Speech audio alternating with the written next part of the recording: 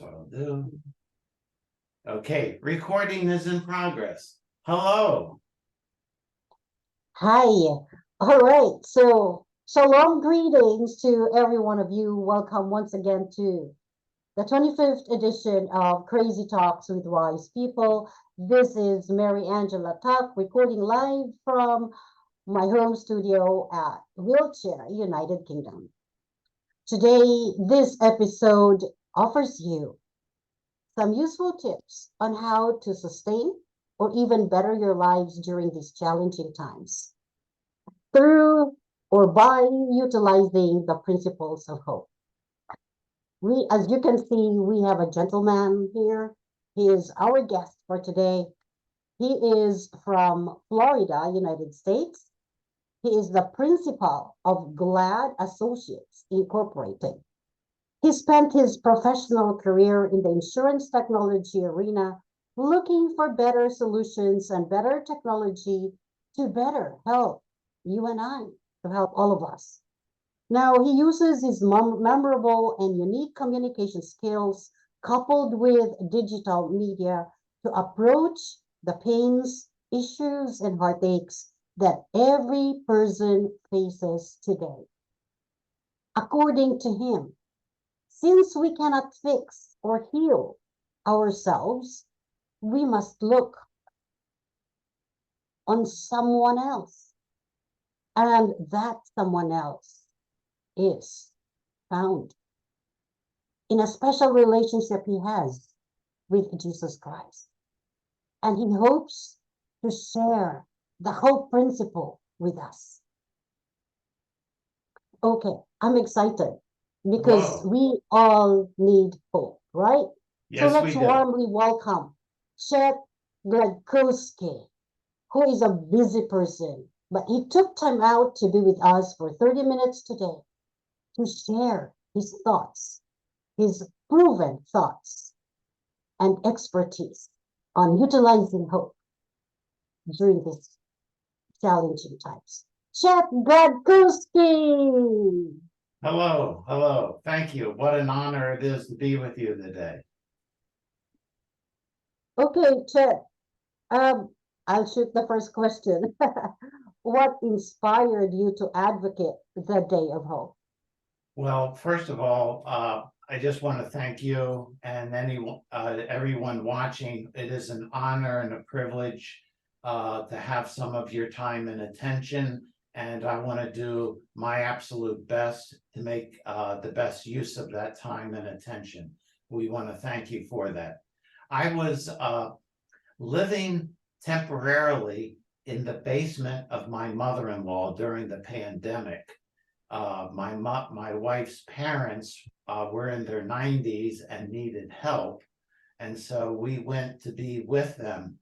And those were dark times emotionally. They were dark times economically, and just physically living in a basement. They were dark times physically because just there was no light, there were no windows. And I started a daily devotional, a daily blog for people in my small group at church. And it started around the idea of hope. And they told their friends, and it just sort of just rolled by itself. I didn't have to push it because there was such a great need for hope. And out of that has come a website, the nationaldayofhope.com. Also, there are resources, books, blogs have all come out of that. Whoa, that must be heaven sent. That idea must be heaven sent. How many people have you blessed through your blog, Chet? The I have no idea. I know I've got somewhere in the mid 200 to 300 participants who sign up, but then it is also distributed on other social media platforms. So it goes out to the thousands of people I've connected with on Facebook, LinkedIn, and So I have no idea, but I'll tell you what I do know.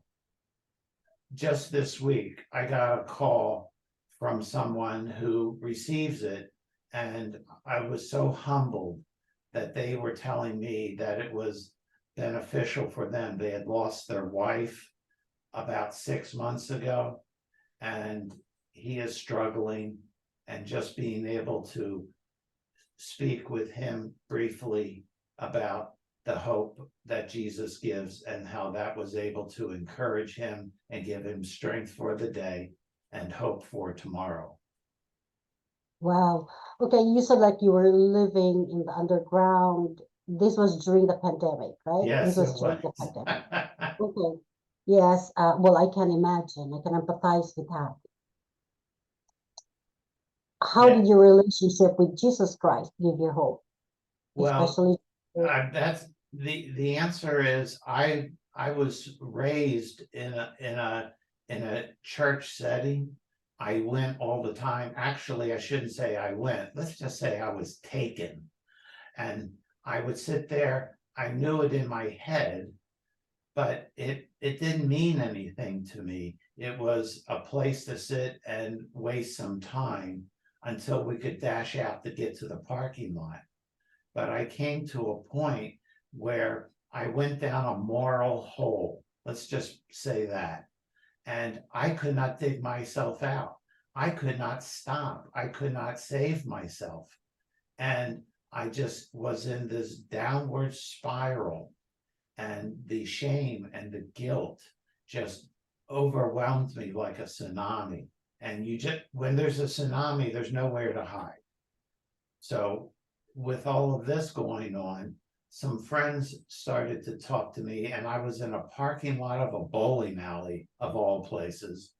And I was just going off about how God hated me and what's wrong with him. And my friend said, do you know that God loves you? Do you know that he loves you so much that he has paid the price for you to forgive you and make you his son forever? And that was the very first time it clicked in my head. And that started a journey of some people only need a gentle nudge, a gentle breeze. I need a frying pan upside the head to get my attention, but that's what it took. And within a few days of that, I heard that I could receive total forgiveness once and for all. And that when they said that, I leaned in and I said, are you kidding me? What do I have to do to earn it? And they said, that's the point. There's an old hymn that says, Jesus paid it all to him I owe. Sin had lifted its crimson stain. He washed it white as snow. And so it was at that point, I got down on my knees in a boiler room of a building and received Jesus. I gave him my sin. I gave him everything that was screwed up about me. I gave him my unrighteousness. But he then gave me forgiveness. He gave me sonship. He gave me the right and the privilege to be called a son of God, nothing I ever earned.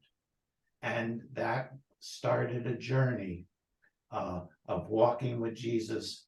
And I have screwed up, I have fallen, but he has always received me back.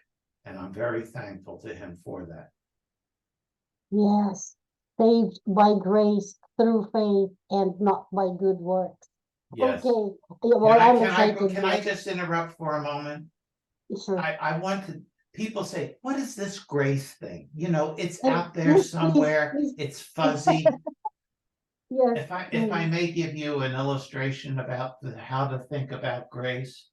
mm-hmm. Grace is the idea that God is not sitting back in heaven with his arms folded and pointing his Yeah, finger. Grace yeah. is God leaning into us. He reaches out to us. The idea, think about the last time you wanted or you desired to kiss someone. What did you do? Did you lean back? No, what did you No. do?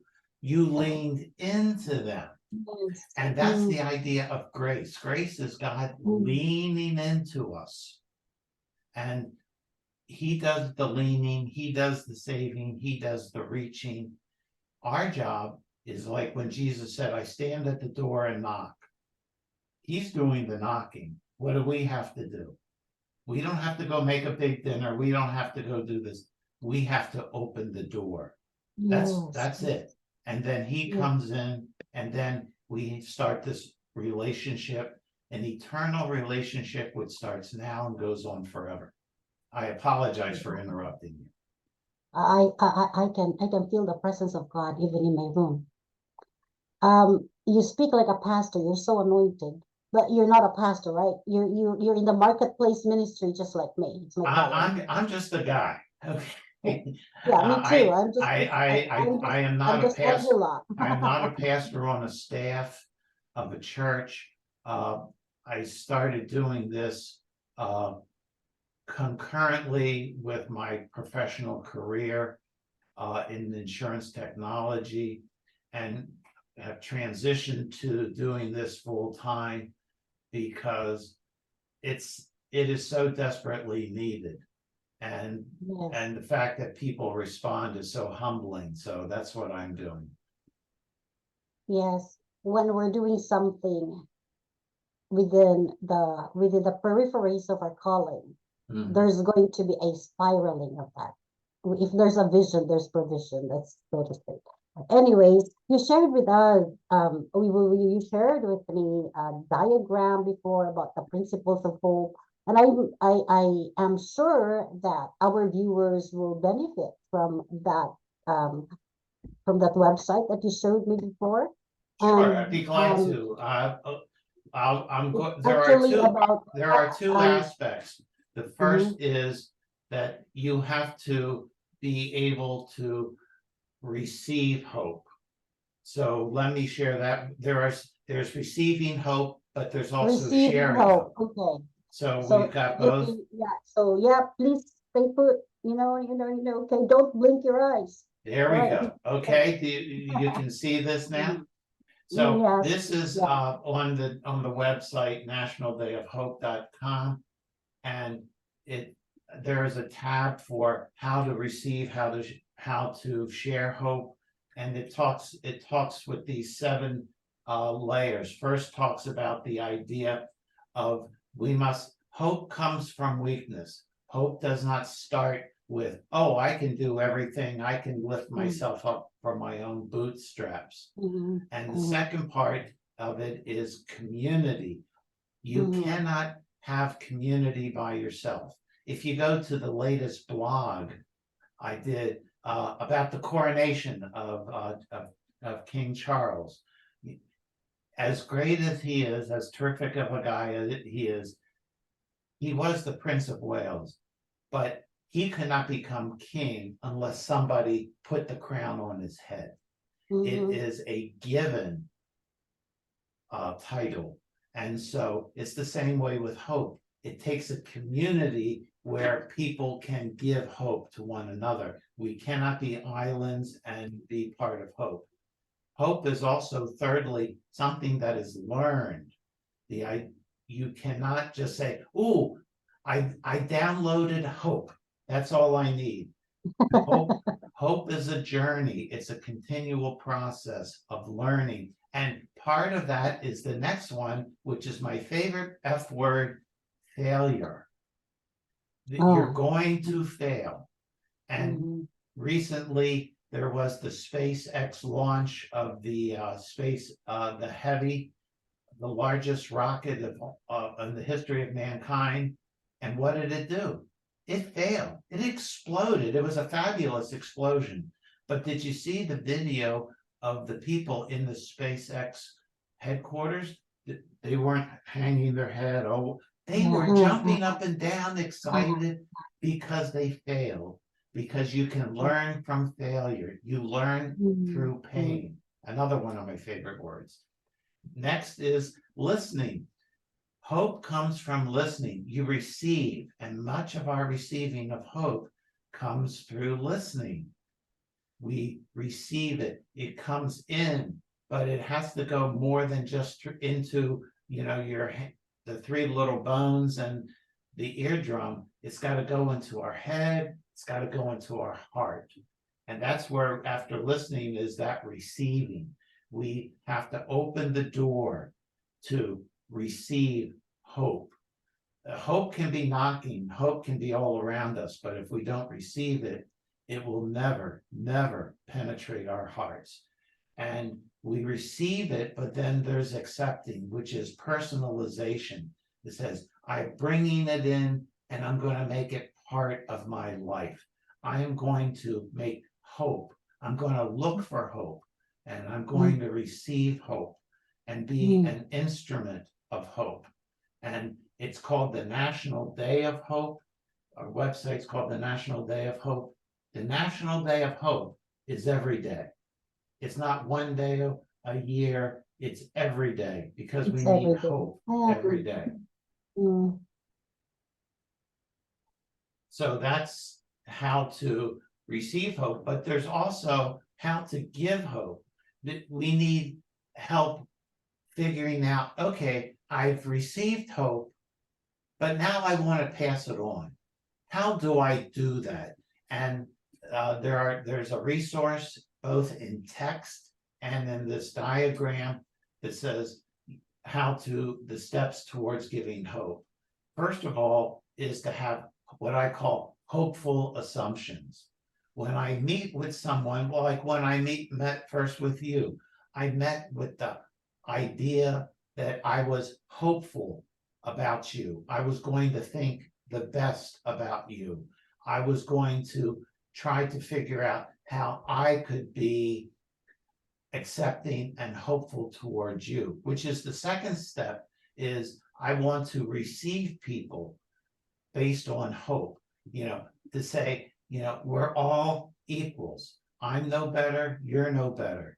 We're all beggars looking for food, for a meal of hope. So I need to treat people, and when you reach out to do that. Thirdly is hopeful listening. Listening with hope. When people talk to me, I'm always trying to say, what messages of hope are they trying to share? Or what messages of pain?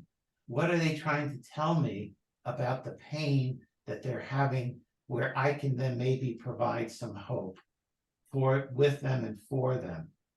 And then there's this hopeful posture. If you could see me now, I'm sitting up straight. And I'm also, when I'm with people, you don't sit back, you don't fold your hands, put your hands in your pockets. It's like grace. What did I say grace is? Leaning in. So you lean in, you open yourself up, not with clenched fists, but have your hands open, leaning in, good eye contact, listening, repeating what they're doing. Then there are hopeful steps. The idea is hope comes one step at a time. It's not a giant leap for mankind like a rocket to the moon. It's one step at a time, which leads to one step at a time leads to hopeful actions, which is one action at a time. It builds. You don't become good at hope by listening, by then taking one step. You actually have to do it. You have to engage with people, and that means giving of yourself. Then you have to receive their hope with appreciation. And people don't always know how to do this. They may stumble, they may bumble, they may say something that you think, boy, I really didn't like hearing that, but were they trying to hurt me, or did they just miss the mark? Did they swing at the ball and miss? So trying to receive it with appreciation, and then ask hopeful questions, open-ended questions where they get to open up and share. And one of the keys for this is, if you ask somebody how they are, what is their first words? Always, always, always going to be, things are fine. I'm okay, right? Well, you start asking questions. Well, tell me what you did yesterday. Well, then you'll come down a little bit. And after about 5 or 8 questions, you'll find out what's really going on in their life. So you need to ask good, hopeful questions and then give hopeful direction, the power of pointing someone in the right direction. The one thing I've learned is I'm not the solution. I am a pointer. I am a guide to say, I'm just somebody who found some food. Let me share the good news of the food I found in Jesus. And then to have hopeful connections, to have a small group of people that I can connect with. I meet with a bunch of guys. We just a few of us, we meet weekly on Wednesdays for lunch. And I can't tell you how much that has meant and how much we have gone through it as a group. Just this small group of guys, quickly, some of the things we've gone through, a tragic accident where the wife was put into a coma for 18 months before her eventual death. We've had another person, one of the guys, contracted cancer, went through bone marrow transplant and died. We've had heart operations. We've had all sorts of other failures. And it's through the failures, it's not through the successes, it's through the times of weakness that we have built up hope in God through Jesus and having hope in and through one another. Fantastic. Are you doing this professionally now? I mean, are you doing coaching professionally in conjunction to the National Day of Hope? I professionally, as yes, I do share with different people on different venues. I write. If you go to one of my websites, chetglad.org, they'll have a number. There's a place for articles where I've been published, and so I also speak. On a periodic basis in churches or small groups, and then I do the blogs and things. So this is all about the power of Jesus, who is in for you. sure. It's not about me, because I am such a screw. It would be embarrassing to talk about all the failures. Yeah. We were nothing before we found Christ. That's a fact. And I just love the words of the Apostle Paul. He quotes Popeye, or Popeye quotes him. If you remember the cartoon Popeye, Popeye would say, "I am what I am," and that's exactly what the Apostle Paul said. He said, "I am what I am." I was a persecutor of the Christians. Now I have seen Christ. I am now sharing him, and I'm giving my life to him and for him. And one other thing about the Apostle Paul that just is from a hopeful standpoint, think about this for a moment. He was out for years persecuting Christians, having them arrested, having them thrown in jail. Some of them were killed. Then he becomes a Christian. He went back to the same cities. He went back to the same places where he did those things. You've got to believe that there were family members, that there were friends and acquaintances of the people he had persecuted, the people he had arrested, the people who had been killed. And he was now, the one who had been persecuting is now preaching. That there must have been times of meeting those people. And you can just imagine the tension and him having to go there in all humility. I'm reminded of Corrie ten Boom, who survived the persecution and the concentration camps of the Nazis. And afterwards, she was in a church sharing Christ And afterwards, she saw the face of someone coming up, and she knew it was one of the guards.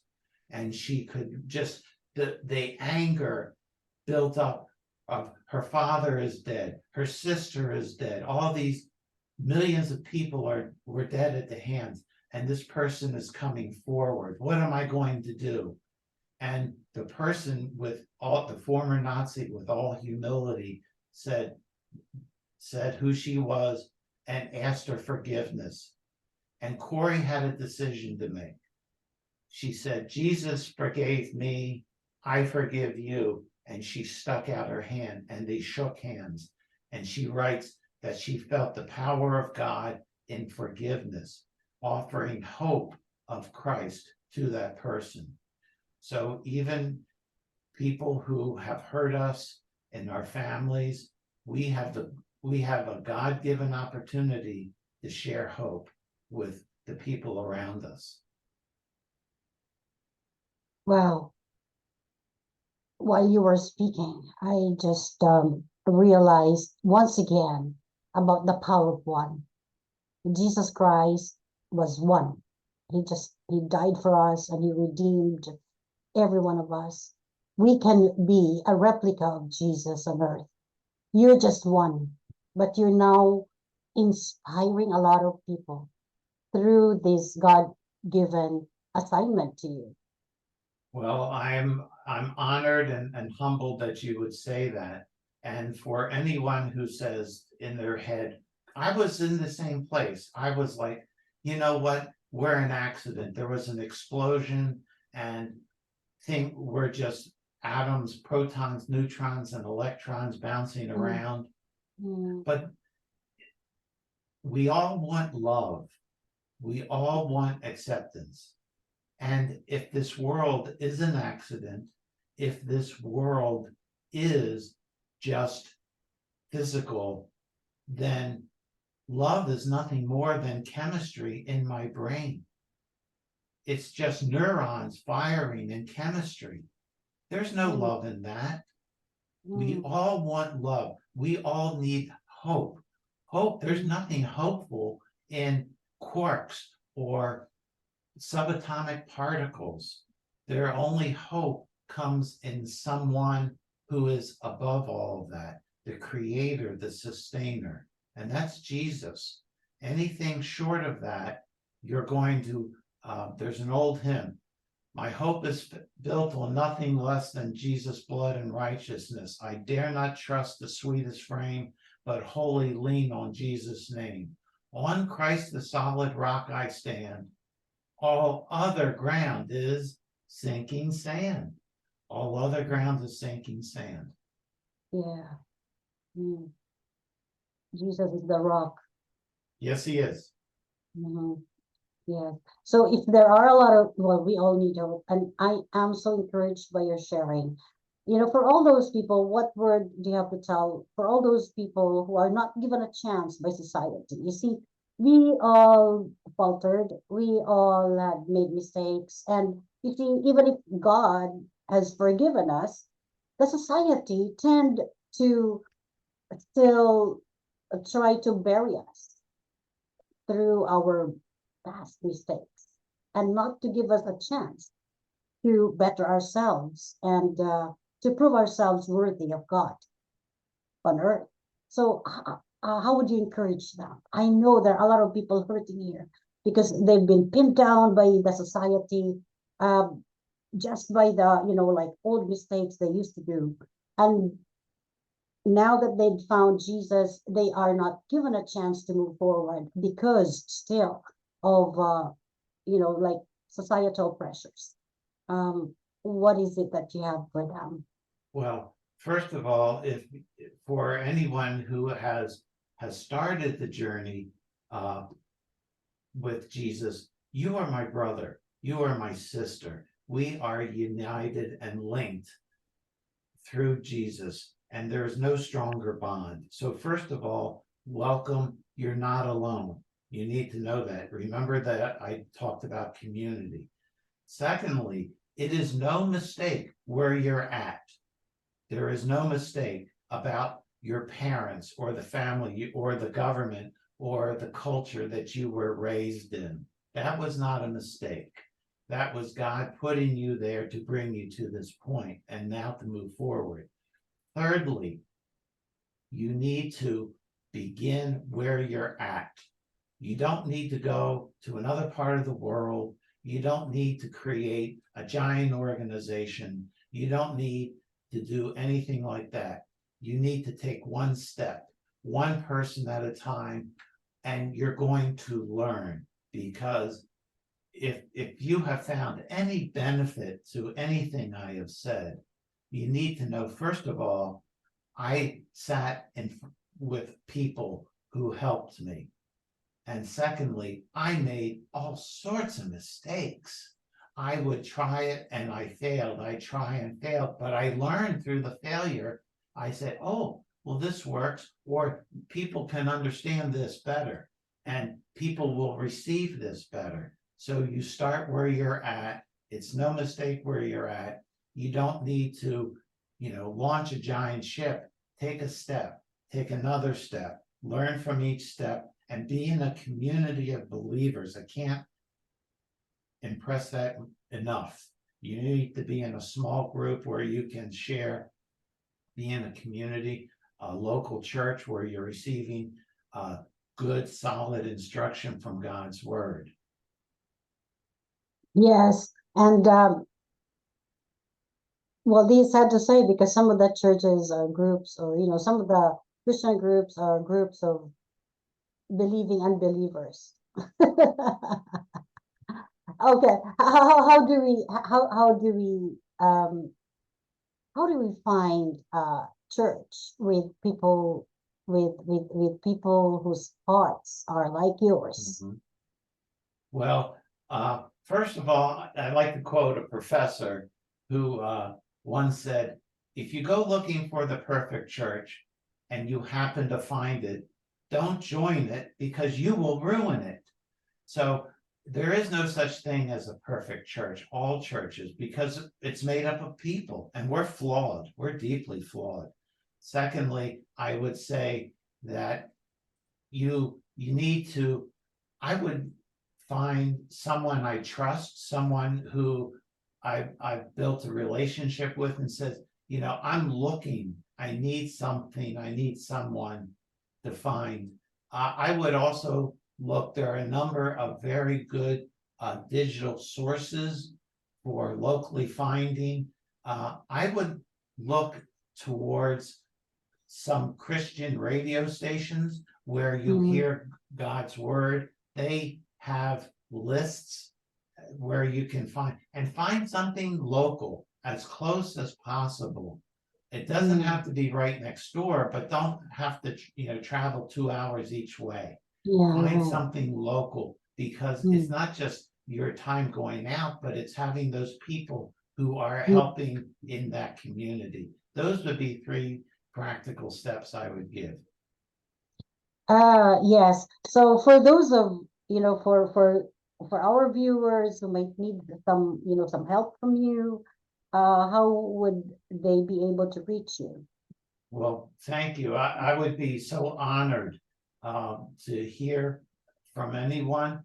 The websites all have contacts, ways to reach me. I also can be reached through email at chester.gladkowski@gmail.com. So I'm pretty wired up through. I'm also on social media, Facebook, LinkedIn. I'm wired for sound, so any of those methods will find me.